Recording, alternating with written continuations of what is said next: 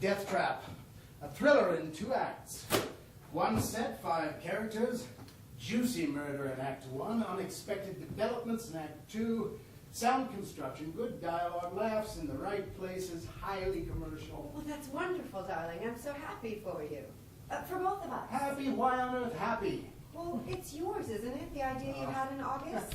The idea I had in August has gone the way of the idea I had in June and the one I had whatever it was before then. Into the fireplace, up the chimney, and out over Fairfield County. Oh, pollution in its most grisly form. Now, this arrived in this morning's mail, property of one Clifford Anderson, one of the twerps from my seminar. Dear Mr. Brule, I hope you don't mind my sending you my play Death Trap, which I just finished retyping at 2 o'clock this morning. Since I couldn't have written it without the inspiration of your own work and the guidance and encouragement you gave me last summer, I thought it only fitting you should be the first person to read it. If you find it 1/10 as good as any of your own thrillers, I'll consider my time well spent and the fee I paid for that seminar more than adequately recompensed. That's nice. No, it's not. It's fulsome. Please excuse the carbon copy. The local Xerox machine is on the fritz, and I couldn't stand the thought of waiting a few days to send my firstborn child off to its spiritual father. The italics are mine, the emetics are his.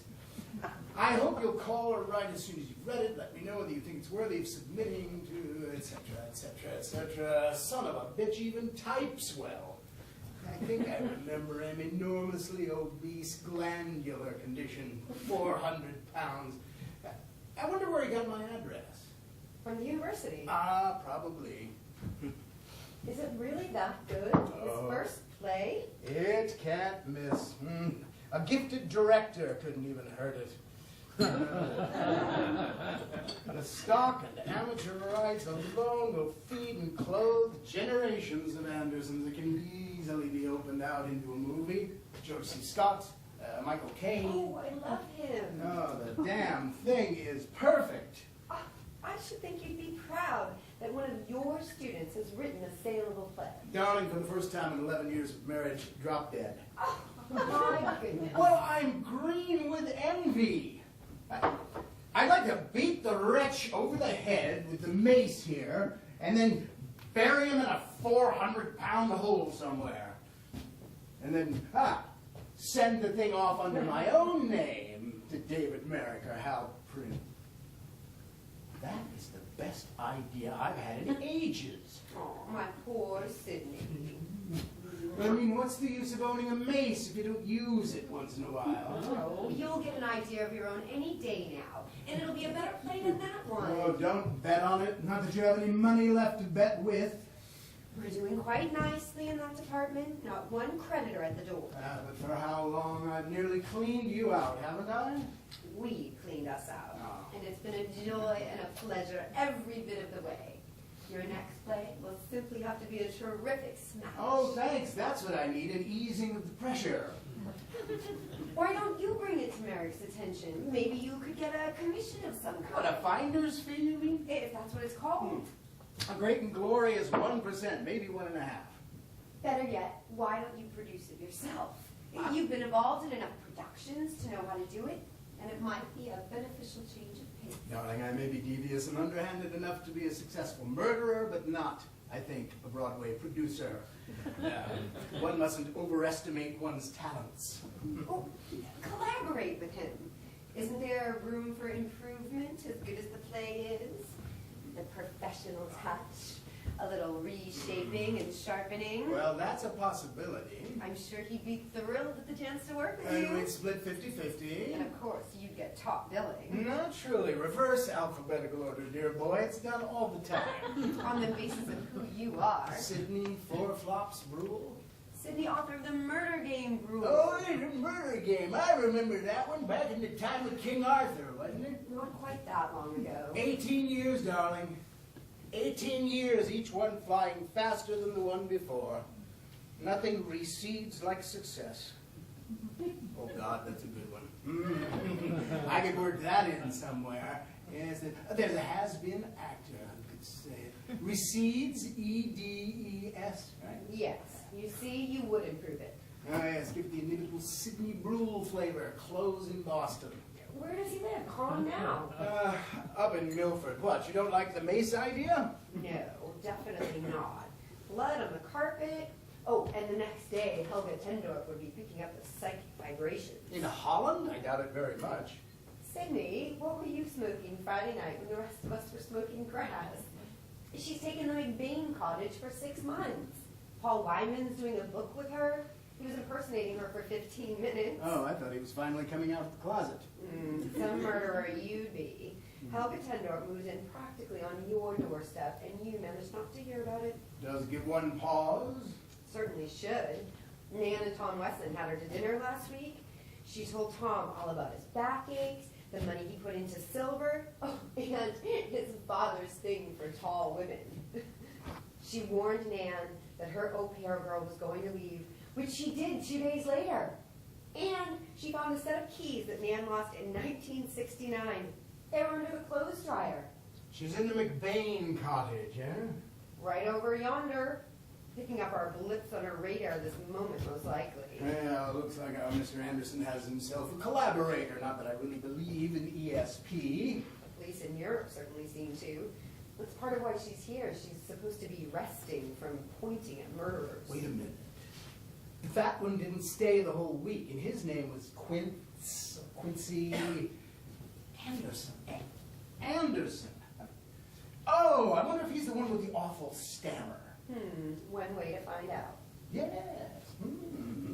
Well, this could be a 3-hour conversation.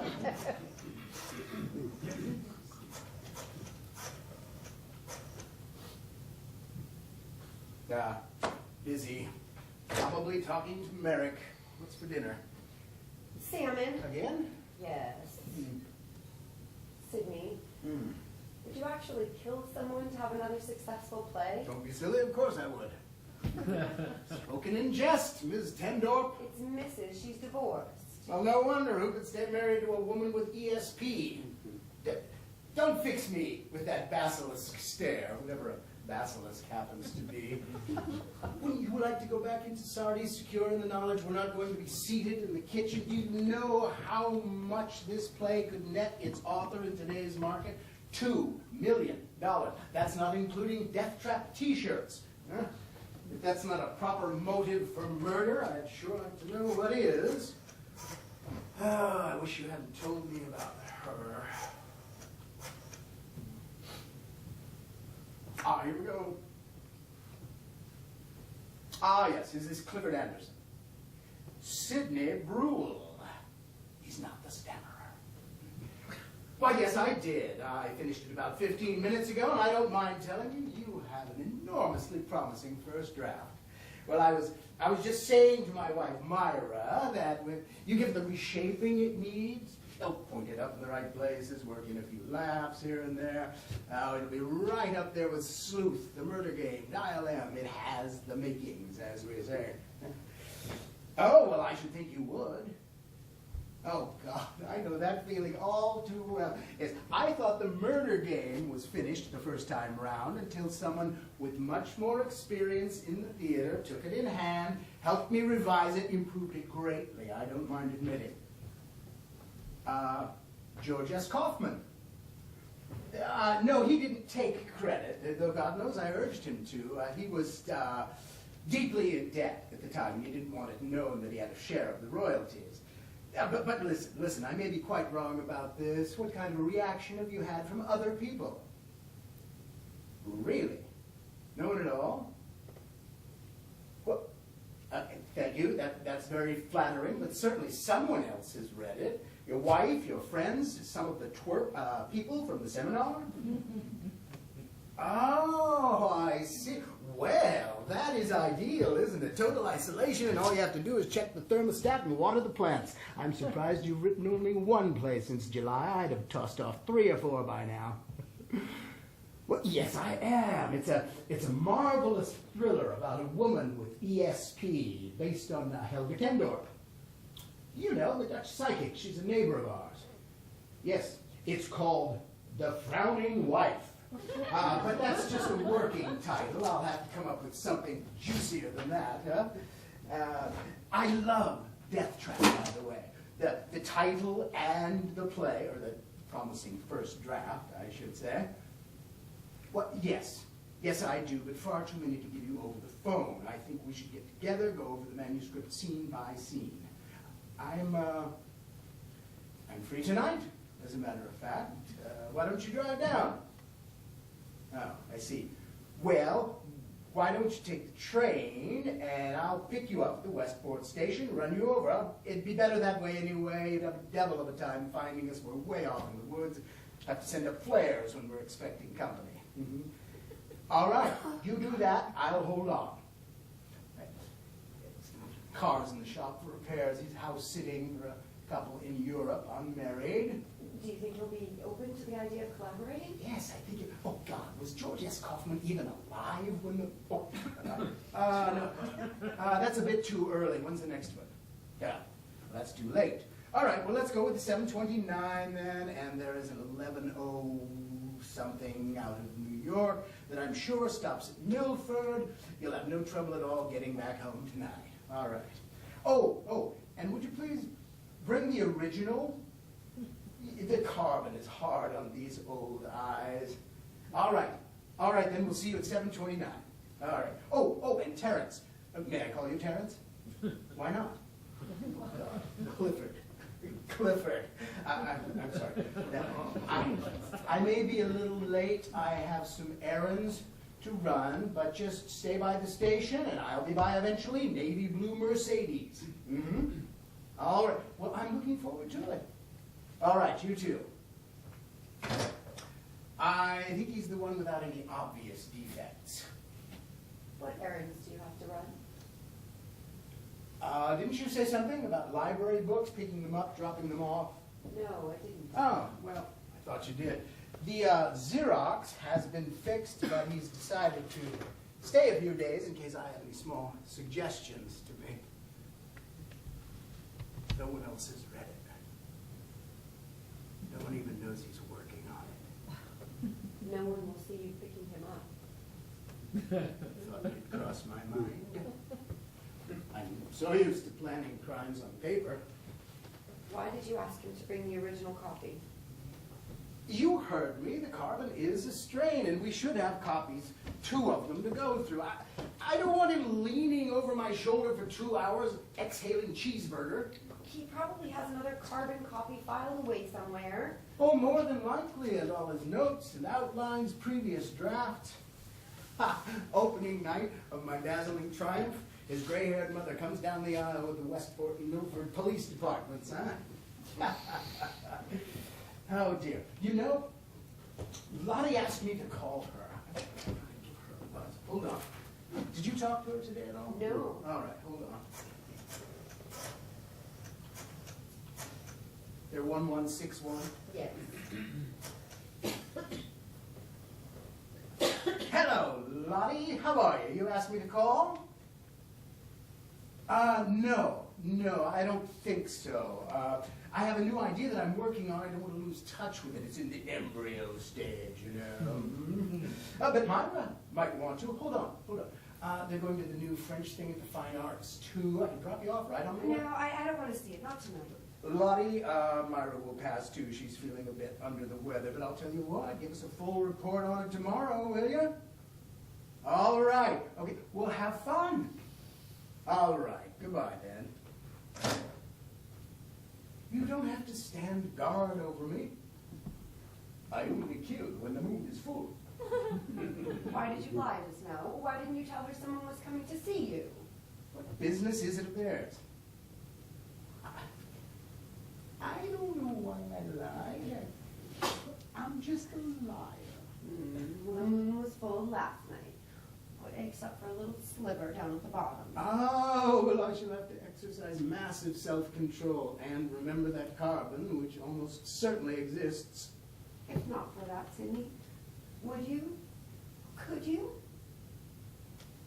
Probably not. Probably I'd chicken out even if he was the tiny one, huh? They said that committing murder on paper siphons off the hostile impulses, and I'm sure it does. At the same time, though, it opens one to the idea of committing real murder, gives it the feel of a possibility worth considering, much as owning a weapon and handling it opens one, however slightly, to the idea of using it. But there is a world of difference between a paper victim and a real one. No, I'm sure Mr. Anderson will go home tonight in the same shape in which he arrived, manuscript clutched in tiny or enormous or relatively normal hand. Huh? He'll jump at the chance to work with you. And after, you'll do a play that's all your own. I'm sure I will sooner or later. Maybe you could do something based on Helga Tendor, but not called The Frowning Wife. Oh, The Smiling Wife, a cheerful, up kind of thriller.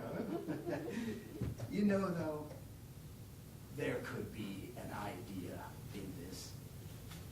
A playwright who's undergoing a dry period is sent a newly hatched play from one of the twerps at the seminar.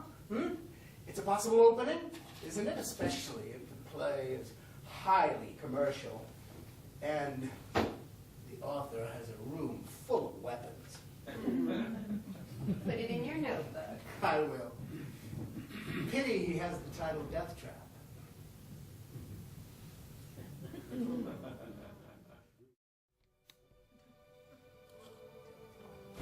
Actually, it was built in 1794, but the hardware store was out of knives, and so I backdated it 10 years.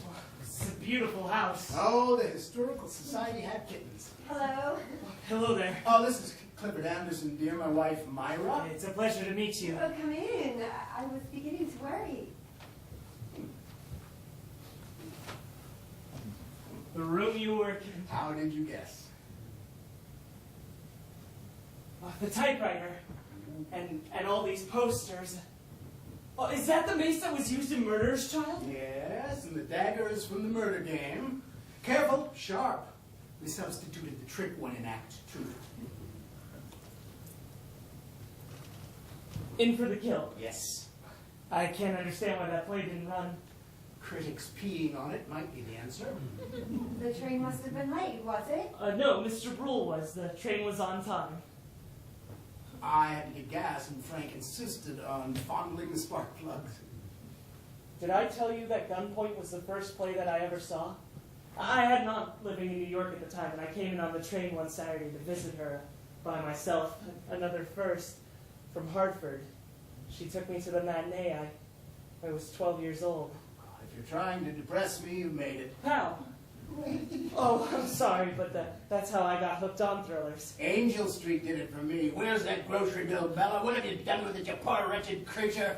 I was 15. That sounds like a disease being passed from generation to generation. Oh, it is a disease. Thrilleritis malignus, the fevered pursuit of the one set, 5-character moneymaker. Oh, I'm not pursuing money.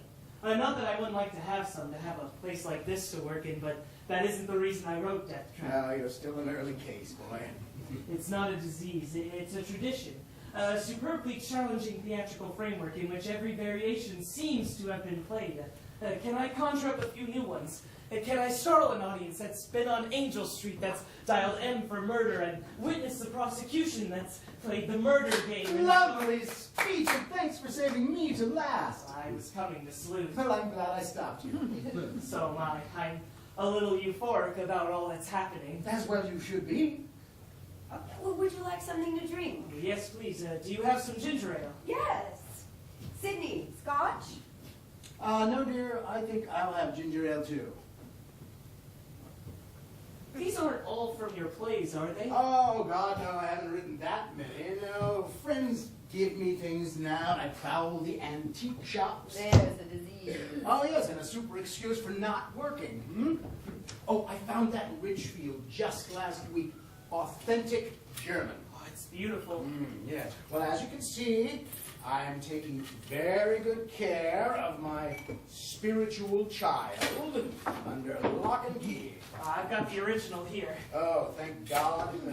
I really should be using glasses, but the doctor says the longer I can go without them, the better off I am. Oh, there you are. No. Oh, there you are. It's not in a binder for the Xeroxing. I'll make to know, never mind. I have the first draft here, too. There's a Diane and Carlos scene that I may have been wrong to cut, and the Diane and Richard scene happens earlier, before they know that Carlo is back. Did you do several drafts? Just the one. It's a mess, but I'm sure you can decipher it if you'd like to see those scenes. Oh, I would, yes, by all means. I had a feeling there was a Diane Carlos scene that I wasn't seeing before the murder. Yes, I was afraid the act would run too long. Thank you. What else have you got in there? Oh, just the outline, which I departed from considerably. I wrote it the way you suggested. Oh, thank you. A page per scene, a loose leaf, jotted down some lines that I never got to use. Throw away the ones you do use as you use them. Yes. Same way I work. Everything was in the one folder, so I just grabbed it. It's a 2-hour walk to the station, so I had to leave right after we talked. 2 hours? Oh, I walk longer than that. I'm one writer who's not going to get flabby. I work with weights every morning. Well, I was this close to being on the Olympic decathlon team. Really? Well, this close. Well, I'll be careful not to argue with you. I'm on the Olympic sloth team. Gold medal, fall asleep in any position. Death trap. Death trap. Oh, Death Trap. It'll be toasted with more than ginger ale someday if Sidney's right about it, and I'm sure he is. Well, I hope so. I toasted it with beer the other night. Oh, we have some, would you rather? No, this is fine, thanks. Are you planning on staying in here? Yes. Do you think that I overdid the set description, all the exact locations of each piece of furniture? Set description? I don't remember anything being wrong with it. Let's see. No. That's perfect. That couldn't be better. And you type beautifully. Electric? No, I can't see electric typewriters. If there's a power failure, you can't work. That's the whole point in owning one. No, the real trouble with them I find with Zenobia here at any rate is they make only one decent carbon. Second carbon so muddy it's practically illegible. Now you don't find that if you use Mr. it. Anderson, Sidney has some wonderful ideas to improve your play. Oh, I'm sure he does. I'm looking forward to hearing them. Darling, couldn't you do that in the living room? There's no good work light in there. I seem to recall a Paisley chair with a light beside it bright enough for the engraving of Bibles on pinheads. It's too bright, and the chair's too hard. I'll be quiet. Darling, this is Clifford's first play. I'm the first person to read it. I'm sure he would prefer that our discussion be in private. Wouldn't you? Don't be embarrassed to say so. Oh, no, I don't mind Mrs. Brule being here. In fact, I kind of like it. It makes me feel a little less as if I've been summoned to the principal's office. Oh, well, I'm sorry if I awe you. Oh, you do. All those plays and the things that you say, well, I never thought of calling my typewriter anything but Smith Corona. As long as it answers. You're welcome to read the play too, Mrs. Brule, if you'd like to. I would. I'm curious to know how women are going to react to Diane's decision about the gun. Sidney told me a little bit about it at dinner, but he stopped at the surprises. I don't even know who kills whom. Good. You shouldn't. That was the trouble with Murderer's Child, if you'll forgive me for saying so. Right from the opening curtain, it was just so obvious that Dr. Mannheim was going to bash poor Teddy. I mean, you didn't leave any room for doubt. I mean, the audience should suspect, yes, but they shouldn't be absolutely certain, should they? Doesn't that tend to diminish the suspense? You may have a point there. I wish you'd mentioned on the phone that you wanted Myra to read it. I would have told you to bring another carbon. She could be reading it right now while we're having our talk. Well, I didn't realize that she'd be interested, and anyway, I don't have one. You don't have another carbon? No, I only made the one. I figured I'd be Xeroxing the original as soon as I was through. Well, of course. Who needs 2 or 3 anymore in the age of Xerox? Mrs. Brule could read this one, and you and I could pass the pages back and forth. Or I could sit next to you. Wait, I want to think. I want to think for a minute. Mr. Anderson, Sidney is just bursting with ideas for your play. I've never seen him so enthusiastic. He gets plays in the mail quite often. Finished plays that are ready for production, supposedly, from his agent, from producers, from aspiring playwrights. Usually, he just laughs and sneers and says the most disparaging things you could possibly imagine. I know that he can help your play tremendously. he could turn it into a hit that would run for years and years and make more than enough money for everyone concerned. Is that what you meant by I'll be quiet? I won't be quiet. I'm going to say something that's been on my mind ever since your phone conversation. It's very wrong of you to expect Sidney to give you the fruit of his years of experience, his hard-won knowledge without any quid pro quo, as if the seminar was still in session. Well, he offered to give And me it was his very input. wrong of him to do so. I'm the one in this household whose feet are on the ground and whose eye is on the checkbook. I'm going to make a suggestion to you, Sidney. It's going to come as a shock to you, but I want you to give it your grave and earnest and thoughtful consideration. Will you do that? Will you promise to do that for me? Put aside the play you're working on now. Yes, put aside the play about Helga Tendorp and how she points at murderers and finds keys under clothes dryers. Put it aside and help Mr. Anderson with his play. Collaborate with him. That's what I'm suggesting. That's what I think is the fair and sensible and rational thing to do in this situation. Death Trap by Clifford Anderson and Sidney Brule. Oh, unless Mr. Anderson feels that in difference to your age and reputation, it should be the other way around. That is a shocker, Myra. Put aside the drowning wife? Oh, I thought it was frowning. Frowning? No, what kind of a title would that be? I'm calling it the drowning wife. At the moment, it has these women's lib overtones and the ESP. Oh, it's such a timely play. It will keep, Sidney. People are always interested in psychics who can point and say, this man murdered that man. Please, put it aside.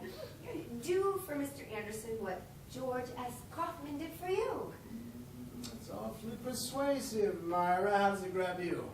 Oh, wow, I suddenly feel as if I'm on the spot. Well, you are. Myra's put you there. She's put us both there. Well, I felt it should be brought up now before anything was done. No, you're right. You're quite right. What is your reaction, Clifford? Overwhelmed. Really honored and staggered that Sidney Brule would even consider putting aside one of his own plays to work with me on mine. I mean, there I was, a 12-year-old kid sitting in that theater, and who would think that I'd be standing here waiting We to get the chance to gist of this passage. Well, it feels like a golden opportunity I ought to seize with both hands. Yes, you should. But the thing is, it's as if I went to a doctor, one of the world's leading specialists, and he recommended surgery. Well, even with my respect for his experience and his eminence, I would still want a second opinion, wouldn't I? I mean, I'm sure your ideas are terrific, but you're right, Mrs. Brule. It wouldn't be fair of me to hear them now without some kind of an understanding or arrangement. And to be perfectly honest, right now, without having heard them, I think that Death Trap is very good as it is. Not perfect, certainly. I suppose it could still use a little bit of fine-tuning, but I'm not sure that it needs surgery. What I ought to do, I think, is Xerox off a couple more copies tomorrow morning and send them to the agents that you suggested to us, and if they too say that it needs major retooling, well, then I'll be coming back here, begging you to do exactly as Mrs. Brule is suggesting, and I'll be willing to make any arrangement you like, the one you had with Mr. Kaufman, I suppose. I'm sorry, I hope I haven't offended you. Not at all. Mr. Anderson, agents know about contracts. They don't know anything about writing. Don't, and... Myra. Don't beg him. He'll think he has the wealth of the Indies here, and that we are Mr. and Mrs. Joliffe. Oh, no, I never did anything like that, Mr. Brule. I'm really grateful that you're willing to go out of your way to help me. But I'm not, really. Now that I've had a moment to consider the matter, I would never put aside a play as inventive and timely as The Drowning Wife to do wet nurse work on one as speculative as Death Trap. Myra, will you sit down? You're making me nervous standing there hyperventilating. No, do what you said. Show it to a few agents, and if you feel that major rewrites are in order, get in touch. I may hit a snag. It's happened once or twice. Well, thank you. I I will. doubt I shall, however. It's completely outlined. I have it more than halfway done, and I have another play waiting to go next, based on the life of Harry Houdini. Oh? Oh, yeah, magic is very in right now. Yeah. Oh, just look at the success of the magic game, huh? Oh, yes, Houdini has always been an idol of mine. These are a pair of his handcuffs. Sydney? Relax, darling. Clifford isn't the kind of person who would steal someone else's idea. You wouldn't do that, would you? Oh, no, of course not. See, no cause for alarm. His heart's as far from fraud as heaven from earth. Remarkable man, Houdini. Made all of his own magical apparatus. Did you know that? Oh, no, I didn't. Oh, God, magnificent craftsmanship. Have a look. Sydney, please. Sit down, Myra. Don't do this, for God's sake, think. He's an honest young man. Now, will you sit down and stop being so all-fired suspicious of everyone who comes through that door? We had a very nasty incident a few years back involving a plagiaristic playwright whose name I won't mention since he's gone to meet his maker, recalled for repairs. Ever since, Myra's been alarmed if I tell another writer what language that I'm working in. No, don't take it personally, but do have a good look at those. They're quite remarkable. Oh, they look so old. Oh, they were made to, and apparently solid and escape-proof. Well, they certainly seem that way. Well, be my guest. You mean put them on? Yes, that's what I mean when you're holding my prized pair of $1,200 Houdini handcuffs, and I say, be my guest, put them on. $1,200. All right, now, turn your wrists, press, and pull. No, you didn't do it right. It's got to be a single, quick motion. Try again. Turn, press, pull, all in one. No, they're not opening. Yeah, they did for me yesterday morning. It's not a question of there not being oiled. I guess I'm just not Houdini. Well, it's all right. I have a key here somewhere. Don't go fussing with them. You might ruin them. Sorry. Now, key. Where are you, little rascal? Key. This could be a good thriller. I mean it could. How so? Well, a young playwright sends his first play to an older playwright, whose seminar the younger playwright attended, and no one else has read it, and then he goes to visit the older playwright to get some ideas for rewrites, and he brings with him the original and all his notes and everything, and, well, you'd have to have the Xerox breaking down to explain why there are only 2 copies, and the play would have to be a very good one. The young playwrights, I mean. And the older playwright would have to have nothing much going for him at the time. An enormous concatenation of unlikely circumstances, don't you think? Yes, maybe. But we've almost got it here, haven't we? The only difference is that you've got the Houdini playing and the drowning wife, and, well, I'll bet Death Trap isn't worth killing for. Well, I'll bet nobody even saw me getting into your car. Well, there you are. You've solved the second play problem. I think it could be turned into something fairly interesting. What do you think, Mrs. Brule? I don't like it. I wonder if I could have put it up here somewhere.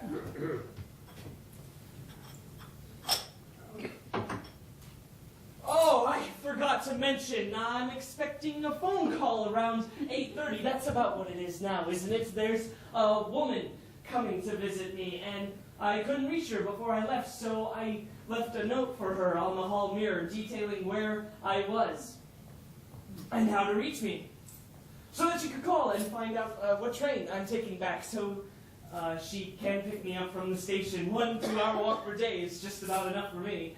So I hope you find that key soon, or you're going to have to hold the phone for me. How is she going to get in to read the note? She has a key. You're not a very conscientious house sitter, are you? She's honest. You told me in the car that you didn't know anyone in Milford except for a few tradespeople. She's from Hartford. Her name is Marietta Klinowski, and she teaches at Quirk Middle School, Phys Ed. Yeah, well, where did you get the number? It's not listed. The university gave it to me along with your address. I'm friendly with Mrs. Beecham there. Beecham? The short red-haired lady with the eye shade. Well, I gave you the right number. I had it changed a few weeks ago. We were being bored by an obscene phone caller, and I never did notify dear old U of Khan. What number did you leave for Ms. Klinowski? I don't remember. 226-3049, 226-5457.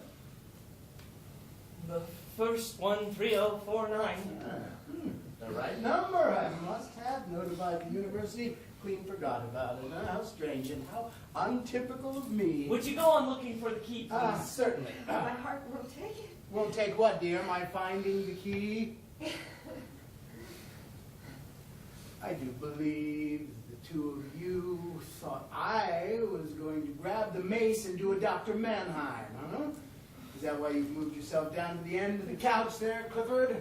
You can't write a play like that and not have a mind that envisions possibilities. Oh, no, true, very true. I'm slightly paranoid myself.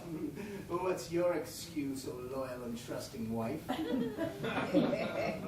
11 years of marriage, and she thinks I'm capable of a flesh and blood murder. There's a lesson in that for you, Clifford. Come, uncuff yourself. Death trap is promising, but it's not that promising. Well, I'm glad it isn't. Yes, well, I think your best invention so far was the name. Marietta Klinowski. Oh, that's lovely. I congratulate you. Thanks. Oh, I can see the sweat on her forearms after the basketball game. Miss Beecham's eye shade, that was a bit much, huh? I thought it was the kind of convincing detail you told us to try for. Are you sure this is the right key? Gods, Houdini opened them in a milk can under 10 feet of water. Do you mean to tell me you can't do it in